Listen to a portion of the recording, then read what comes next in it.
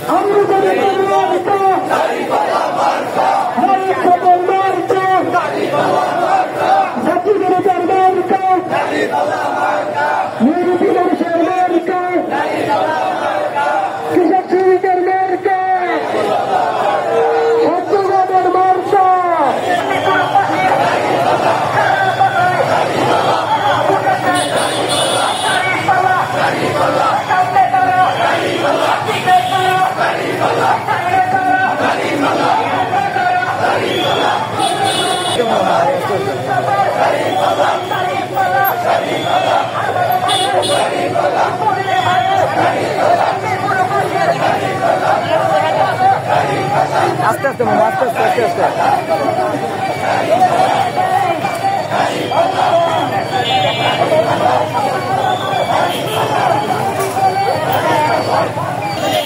ইসলামী তার দলের নিবন্ধন এবং ফিরে পাওয়ার শোকরানা মিছিলের আজকের এই শেষ মুহূর্তে আমরা এই দেশের সকল জনগণকে জানিয়ে দিতে চাই, বাংলাদেশ জামাত ইসলামীর যে প্রতীক, এটি হল ন্যায় ইনসাফের প্রতীক।